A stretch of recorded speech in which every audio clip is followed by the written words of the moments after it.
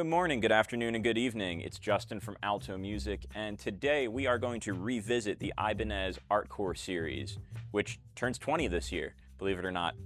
And why are we going over this? Well, because we want to.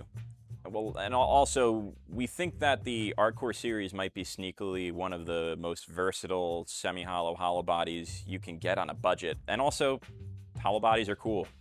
Before we dive in, make sure you hit that subscribe button and give this video a like. You'll get notified about cool videos about gear before any of our other followers do, because we post it here on YouTube first. It's pretty cool how the internet works. And you can even leave a comment down here saying if you like the Artcore series and what your favorite model is and all that good stuff. Or don't. We're not going to tell you what to do. Anyway, let's dive back in. In 2002, Ibanez released the Artcore series, and this series was an attempt to offer a semi-hollow or hollow body for the entry-level guitar player. And now, 20 years later, there's actually over 20 models now. You can see these guitars over all different stages and genres, spanning from jazz to blues to, Latin music to ambient songwriting. You can kind of find them anywhere. And I think there's something that really goes to that, and there's something about them that makes them appealing through the years and for every genre. And so today we're going to talk about that. We're going to dive into it a little bit and go into all the moving parts of this guitar that make it so cool.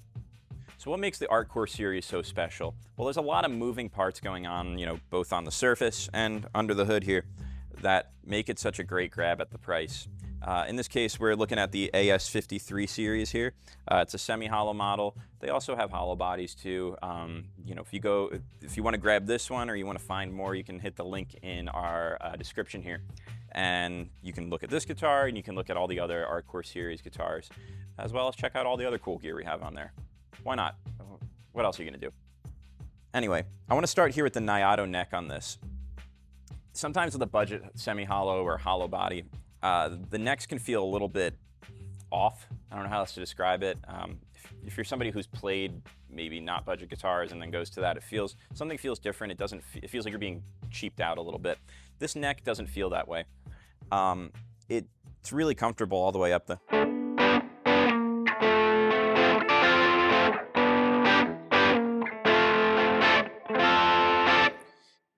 It feels really good all the way up, and even just, play some open chords on it.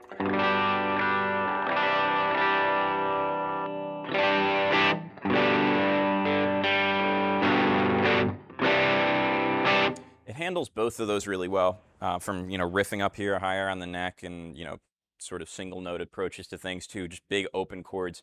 The guitar does a really great job of, starting with the neck just feeling really comfortable and really accessible to the entry-level player, which is who this guitar was made for. But then we moved down to the Gibraltar Performance Bridge. And this was one of the main things that a lot of people over the years have claimed make the Artcore series so cool, is that it holds a tune really well. You get all that sustain in the tone, but if it's all out of tune, what's the point? And this guitar does a really great job of staying in tune all the way up the neck.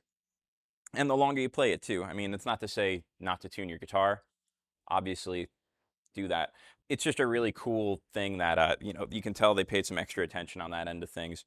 And so that Gibraltar Performer Bridge really, really comes in handy on that end. The pickups on this guitar, you have two infinity humbuckers here. And they give you just like a really nice, dynamic, tight, accurate sound. Even under heavy settings, it doesn't break up too much. You go.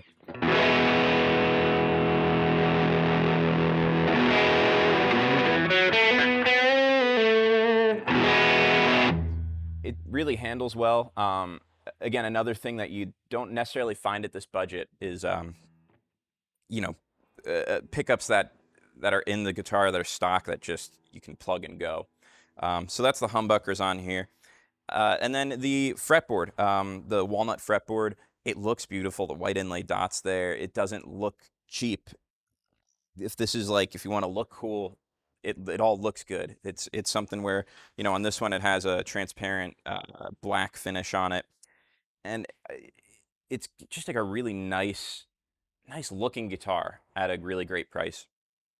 The last feature on this guitar that I really think is cool and worth worth the price on it is the quick change tailpiece on here.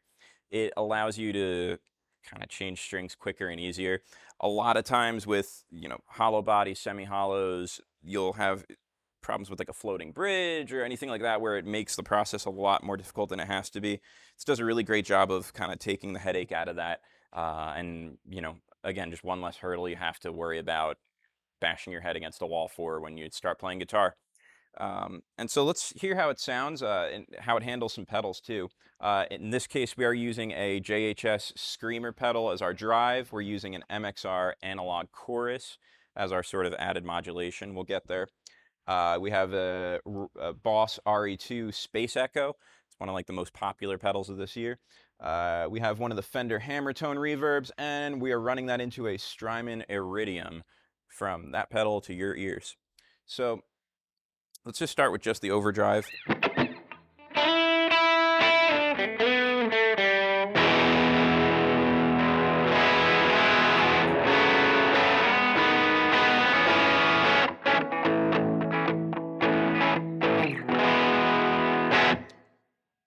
And like I said before, and you got a taste of that before, it handles the really overdriven tone well. And you start stacking onto that a little bit. You can get more kind of indie sounding, sort of like Mac DeMarco. If you just throw on some modulation, get that really nice lo-fi sort of sound.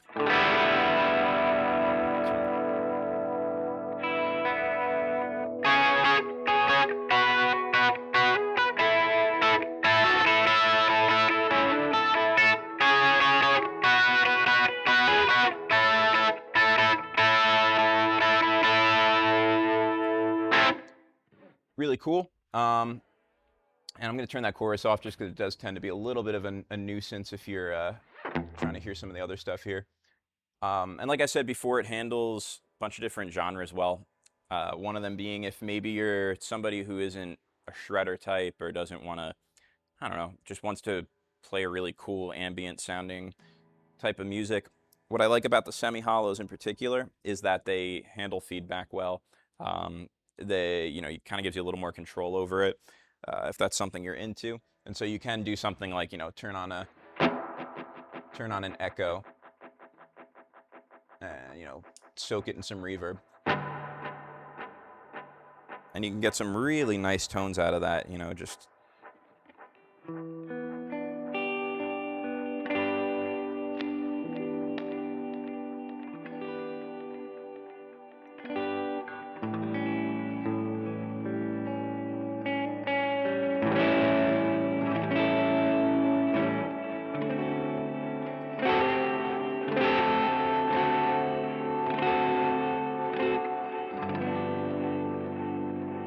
So it can get really subtle, and then, like I said before, it can get really big.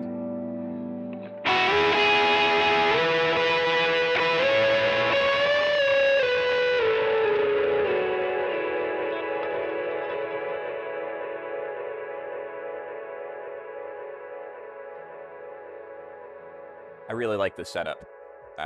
We just kind of threw it together right before this just to, give you some tone samplings, but I really like the setup. Anyway, back to the guitar. Basically what we're getting at is, 20 years later, the Artcore series, whether you're going for the semi-hollows, the hollows, the full hollow, it's a really good entry-level semi-hollow for an entry-level player. Or somebody who just wants to experiment with semi-hollows but doesn't want to make a huge investment into it. It's a minimal investment for a really great return. And, sometimes when you're starting out playing guitar, things can get a little bit crazy. Things can be hard to understand certain mechanics about, what tone is and how to get the best tone. Could get over-explained to you or just be intimidating. And I think this guitar does a really great job of kind of taking the intimidation out of entry-level players, beginner players, because that's the most important player, is the one who's just discovering their passion for it. And to be there at the start of it, I think the Ibanez Artcore is a great, great grab for the price. If this is something you're interested in checking out and grabbing for yourself or for a friend, you can head over to altomusic.com. There's a link in our description that'll take you right to this specific guitar. Well, not this specific one, but this guitar model. And you can pick one up today. We'll see you next time.